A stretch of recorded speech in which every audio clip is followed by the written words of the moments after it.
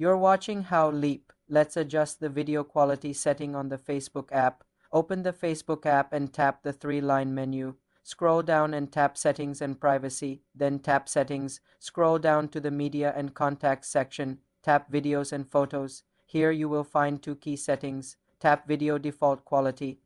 Choose between Auto HD when possible or SD Standard Definition. Selecting SD uses less data. Below that, tap Video Playback Settings. Enable or disable autoplay videos and choose if they should play on Wi-Fi only, Wi-Fi and mobile data, or never autoplay.